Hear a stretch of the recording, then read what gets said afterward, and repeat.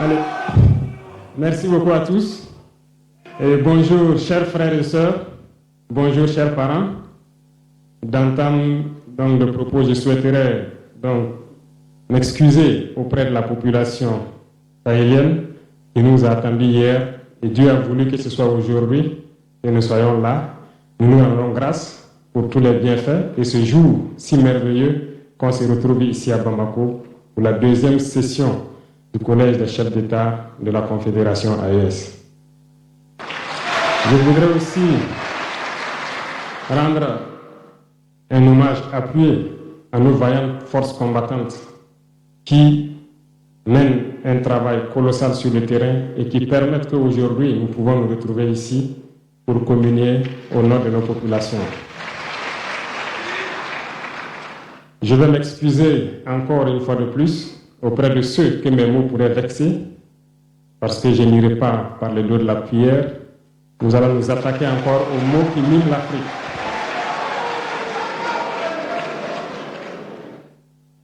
Vous avez certainement tous déjà entendu parler du printemps arabe.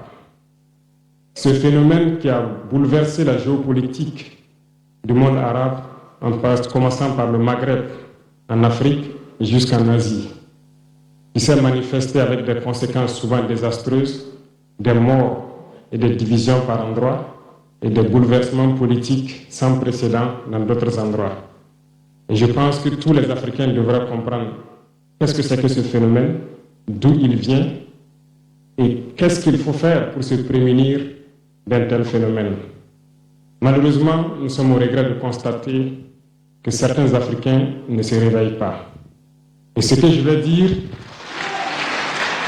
n'est que ma pensée à moi, mon analyse, c'est qu'il y a quelque chose qui vient sur l'Afrique de l'Ouest, que j'ai appelé l'hiver noir.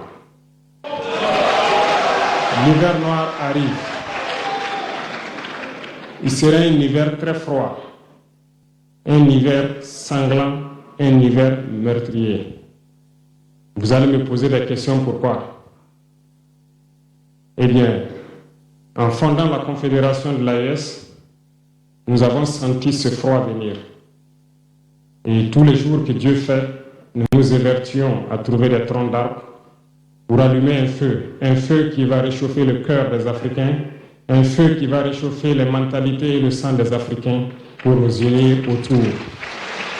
Nous nous sommes évertués également à faire la chasse aux loups pour essayer d'utiliser leur peau pour faire des manteaux pour nous protéger du froid de l'hiver. Nous nous sommes évertués à construire des montagnes, de grandes montagnes pour briser le vent de l'hiver qui devrait s'abattre sur nos communautés. Malheureusement, force est de constater que certains Noirs sont là tous les jours à arroser nos troncs d'arbres d'eau fraîche pour qu'ils ne puissent pas brûler. Ils se transforment en loups ou font en sorte que nous, chasseurs de loups, nous ne puissions pas surprendre le loup. Lorsque nous voulons construire nos montagnes, ils brisent les cailloux pour que nous ne puissions pas arriver. Pourtant, l'hiver arrive.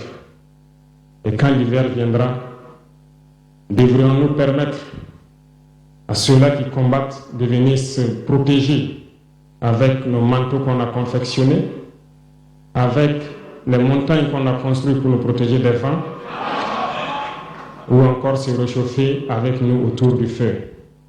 Telle est la question qu'il faut qu'on se pose. Qu'adviendra-t-il donc du panafricanisme quand l'hiver viendra? L'hiver viendra parce que la guerre se transporte en Afrique de l'Ouest. Les impérialistes font tout pour mettre l'Afrique de l'Ouest à feu et à sang. Mais du sommet de l'État jusqu'à certaines populations, soit nous faisons semblant de ne pas voir venir le danger, ou bien nous sommes nous-mêmes complices de ce qui va arriver. Le chaos pourrait s'installer. Je dis bien pourrait s'installer. Beaucoup de gens pourraient mourir. Nous allons nous entretuer de manière tellement atroce que pendant ce temps, ils seraient là à piller nos richesses, à imposer leur volonté. Et ceux qui vont survivre de cette tragédie n'auront que deux choix. soit s'unir pour toujours contre l'impérialisme ou se résumer à être des esclaves jusqu'à disparaître. Il faut donc se prémunir de l'hiver noir qui vient. Nous ne pouvons pas comprendre que les Noirs en Afrique de l'Ouest ici prient Dieu que les terroristes tuent des populations noires. Nous ne pouvons pas comprendre que des chefs d'État lâches se cachent derrière des médias, soi-disant médias, pour décourager, insulter, activer la haine entre les populations. Ces individus qui sont sur leur plateau, qui tous les jours du matin au soir crachent leur venin toxique pour attiser la haine entre les communautés, ils sont généralement très vilains. Avec leur gueule de musaraigne, ils ne savent que faire cela. Regardez-les bien. Ils sont là avec des yeux de drosophiles sauvages. Tous les jours, c'est cracher du venin. Ils cherchent à diviser les communautés. Sur les réseaux sociaux, ils sont là et ils sont nombreux. Pourquoi est-ce que nous, Noirs, cherchons à cultiver la haine entre nous? Et par hypocrisie, on se dit frère. Il faut que nous puissions nous dire la vérité de manière très crue, quitte à ce que ça vexe, on va s'excuser, mais il faut que nous nous réveillons.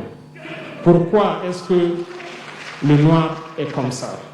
Pourquoi est-ce que nous ne pouvons pas voir le danger venir, nous unir et nous prémunir? Pourquoi est-ce qu'il faut que par nos comportements, nous allions affronter ces dangers qui risquent de nous décimer?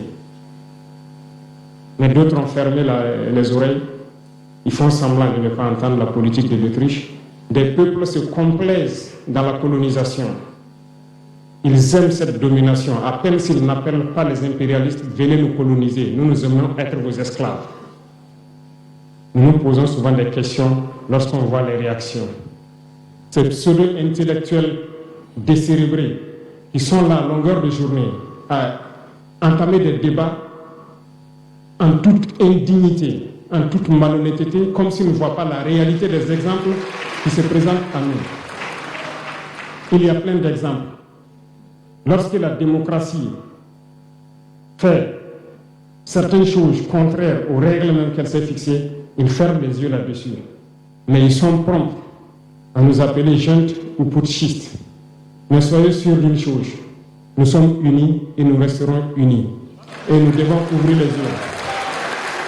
L'AES va évoluer. Tout n'est pas forcément rose. Tout ne peut pas aller au rythme que nous souhaitons. Mais nous avançons sereinement et nous allons arriver à notre objectif. Et quand viendra l'hiver, si il faille que nous passions par l'hiver pour être libres, pour être unis, nous prions Dieu qu'il en soit ainsi et qu'il protège nos populations. Sinon, une chose est sûre, l'AES vaincra, l'AES grandira. Restez sereins parce que nous avons confiance en nos populations. Nous avons confiance en vous, que vous comprenez qu'aucune manipulation ne peut aujourd'hui nous diviser entre nous. Aucune manipulation ne peut nous amener à haïr d'autres personnes.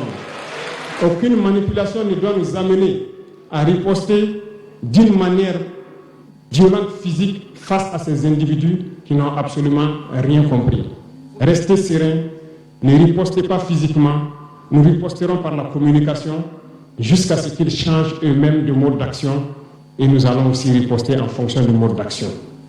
Restez sereins, Dieu protégera l'AES. Dieu vous protège tous, toutes les populations de l'AES. Dieu vous accompagne tous dans vos objectifs. Et Dieu, qui est si juste, se bat pour ceux qui se battent. Nous nous battons. Nous sommes une population résiliente, la plus résiliente de la sous-région. Personne n'aurait cru que vous pouvez supporter ce que vous êtes en train de vivre. Nous allons vaincre le terrorisme, nous allons nous développer et nous allons nous affirmer. Nous allons avoir notre place dans le concert du monde. Que Dieu bénisse l'AES, que Dieu bénisse notre population résiliente et résistante, que Dieu nous unisse davantage, la patrie ou la mort.